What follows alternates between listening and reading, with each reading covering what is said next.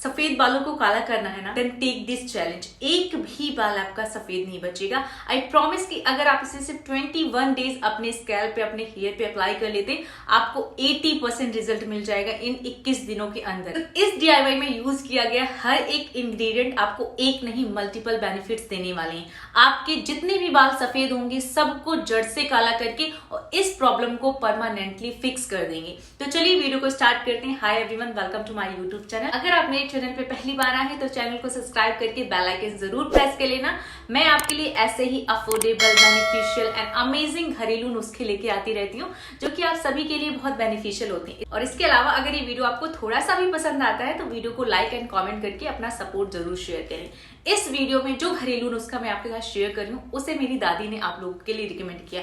बहुत टाइम से आप लोगों के कमेंट आ रहे थे कि सफेद बालों को काला करना है या इस प्रॉब्लम को फिक्स करना है, वो प्री मैच्योर हो या मैच्योर। प्री मैच्योर यानी कि अभी आप टीनेजर हैं, स्टूडेंट हैं या ऑफिस जाते हैं, एडल्ट हैं, अभी से ही आपके बाल सफेद नजर आने लगे। इसका रीजन हो सकता है स्ट्रेस, वर्क का बर्डन या बॉस की डेडलाइन, या फिर आप अपनी डाइट सही से नहीं लेते, जिसकी वजह से जो पिगमेंट है यानी लाइनिंग, जिसकी वजह से आपके बालों का रंग काला है या भूरा, उसने अपना काम करना बंद कर दिया, यानी कि वो आपके बालों को कलर प्रोवाइड नहीं कर रहा है। या फिर आपके जो पोर्स हैं यानी फॉलिकल्स हैं वो छोटे हो चुके हैं, जिसकी वजह से पिगमेंट आपके बालों तक पहुंच ही नहीं रहा है। तो इसकी वजह से धीरे धीरे हमारे बाल सफेद होने लगते हैं। या फिर आप अपने बालों पे बहुत ज्यादा केमिकल ट्रीटमेंट करते हैं, बहुत ज्यादा केमिकल प्रोडक्ट्स यूज करते हैं, इससे उनका नेचुरल कलर खत्म हो जाता है, या बाल इतने ज्यादा डेड हो जाते हैं जिससे ये प्रोसेस उनमें सही से नहीं हो पाती, यानी कि वो सही अमाउंट में पिगमेंट नहीं प्राप्त कर पाते, जिसकी वजह से वो बहुत ज्यादा लाइट या फिर ग्रे नजर आने लगते हैं। मैच्योर ग्रेइंग हेयर यानी कि उम्र के साथ बालों का सफेद होना। 45 के बाद हमारा इम्यून सिस्टम वीक होने लगता है, जहां पे हमारे बाल, टीथ, आंखें, स्किन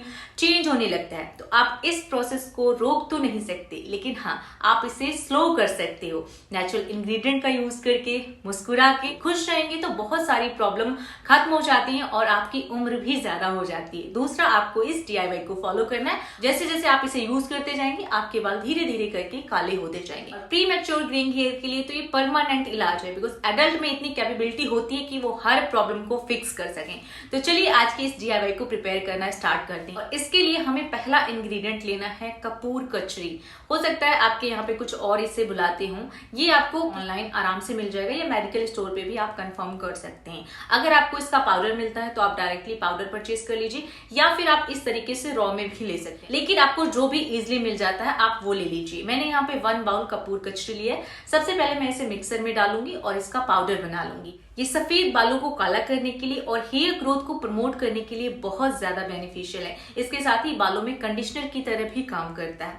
तो हमें इसका पाउडर बना लेना है। ये पूरी तरीके से महीन तो नहीं हो पाएगा, तो इसलिए मैं पहले इसे छन्नी के थ्रू छान लूंगी, ताकि जो महीन पाउडर है वो सेपरेट हो जाए और जो ये खड़ा अभी जो दाने सा बचा हुआ है मटेरियल, आप इसे रख दीजिए। आप इसे अगेन यूज कर सकते हैं, उसे फेंकना नहीं है।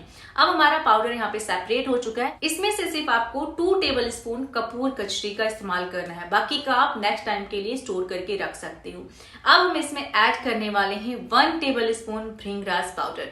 भृंगराज पाउडर हमारे बालों में प्री मैच्योर ग्रेइंग हेयर को स्टॉप करता है, उसे प्रिवेंट कर देता है। इसके साथ ही खोए हुए मेलानिन को वापस लाने में मदद करता है, जिसकी वजह से बालों का जो कलर है वो इनहेंस होता है। नेक्स्ट हम इसमें ऐड करने वाले हैं 1 टेबल स्पून ड्राई आंवला पाउडर।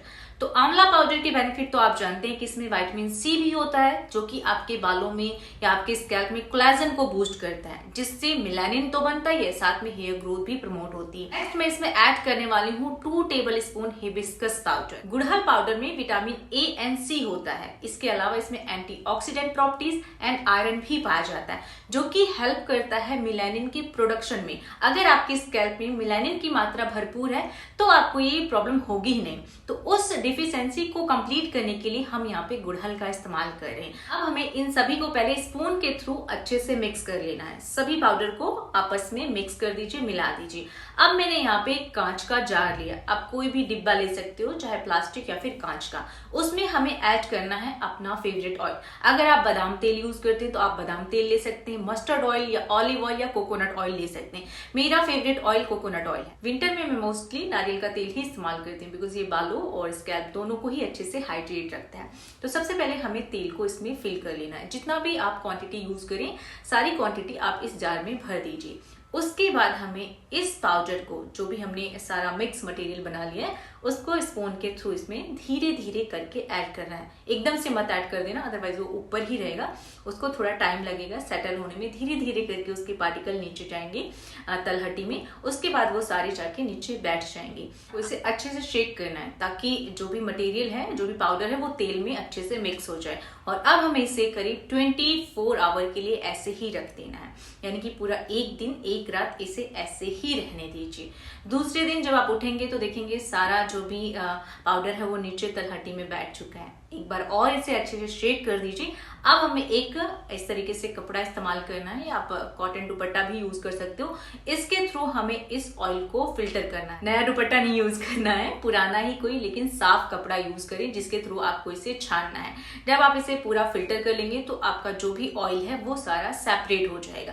अब आप इसे फिर से जार में फिल कर लीजिए और फिल करने के बाद आप इसे 1 से 2 महीने तक आराम से स्टोर करके रख सकते हैं। चाहे तो वीक में एक बार इस्तेमाल करें या फिर आप 2 बार भी इस्तेमाल कर सकते हैं। क्वांटिटी यहाँ पे थोड़ी सी कम लग रही होगी पहले से जितना हमने ऑयल लिया था। इसका रीजन है कि सर्दियां हैं तो नारियल का तेल थोड़ा सा जम जाता है।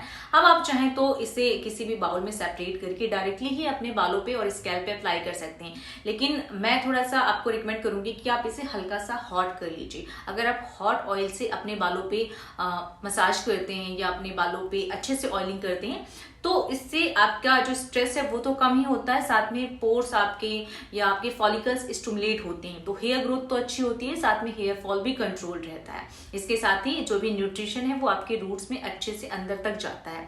तो इसलिए आप इस तरीके से डायरेक्टली गर्म नहीं करेंगे। हमें बिल्कुल भी यहाँ पे हीट प्रोसेस का इस्तेमाल नहीं करना है। मैंने पहले भी जितने भी इंग्रेडिएंट यूज करें सारे ही रॉ फॉर्म में यूज करें, क्योंकि अगर हम उन्हें हीट करते तो जो भी विटामिन सी है वो डिस्ट्रॉय हो जाता है, फिर आपकी स्कैल्प में कोलेजन बूस्ट नहीं होगा तो मेलानिन का प्रोडक्शन नहीं हो पाएगा। हीट करने के लिए आप डायरेक्टली नहीं, इस तरीके से पहले एक किसी भी बर्तन में पानी को भर के उसे हल्का सा गर्म करके और फिर आप इस बाउल को इस पानी में रख के तेल को हल्का हल्का गर्म कर सकते हैं। इससे ऑयल भी गर्म हो जाएगा और उसके न्यूट्रिशन भी नष्ट नहीं होंगी, आई मीन डिस्ट्रॉय नहीं होंगी। अब आप इससे अपने स्कैल्प की अच्छे से मसाज कर सकते हो। इसे प्रॉपरली आपको अपनी रूट्स में अप्लाई करना है, बिकॉज जितना भी न्यूट्रिशन है या जितना भी मेलानिन है वो रूट से ही आपके बालों को सप्लाई होता है। तो इसलिए अगर आप इसे अच्छे से रूट्स पे अप्लाई करेंगे तो आपके रूट्स को ये जितना भी न्यूट्रिशन है वो मिलेगा।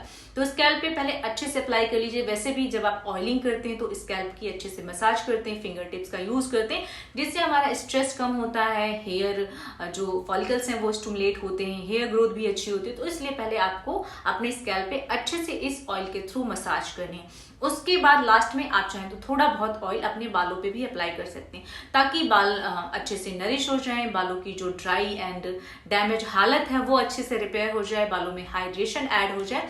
तो इसलिए आपको हल्का हल्का ऑयल अपने बालों पे भी अप्लाई कर लेना है।